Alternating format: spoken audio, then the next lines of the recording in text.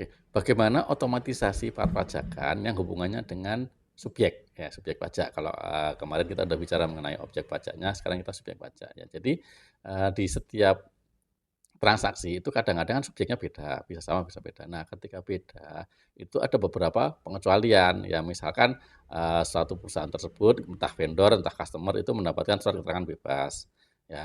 Nah, kalau surat keterangan bebas atau mungkin dia di, kawasan berikat, mungkin kan, pajaknya sudah tidak ada karena ada, dispensasi dari pemerintah. Nah, ketika muncul itu secara otomatis juga harusnya, sistem bisa mendeteksi, gimana seandainya kita bertransaksi dengan perusahaan-perusahaan tersebut, ya.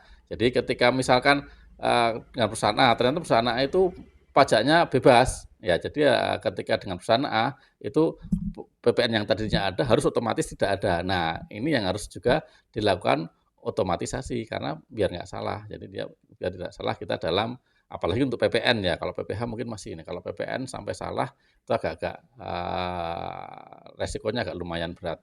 Ya, jadi itu yang harus yang harus kita garis bawahi ya, harus kita benar-benar, perhatikan. Jadi otomatisasi ini penting. Jadi, secara vendor baik misalkan tadi punya surat keterangan bebas atau mungkin dari kawasan tertentu yang harus kita perhatikan dan itu harus kita bikin otomatisasi juga. Karena kalau enggak, nanti, rawan terjadi kesalahan ya.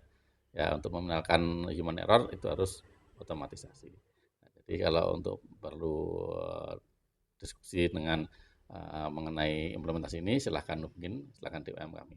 Terima kasih.